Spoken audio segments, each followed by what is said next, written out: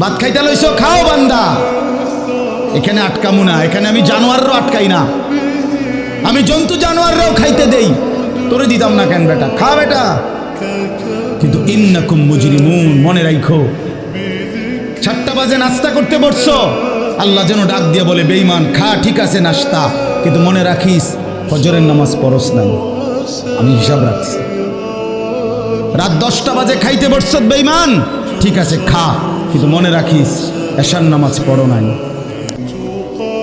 ঘর করলা, ফার্নিচার বানাইলা, ঠিক আছে থাকো, তো মনে রাখো এগুলো সুদের টাকা, এগুলা কাস্টমারের ঠকাইয়া মিথ্যা বইলা ওজনে কম দিয়া ওই টাকা আমি জানি, আমি বান্দা দেখব।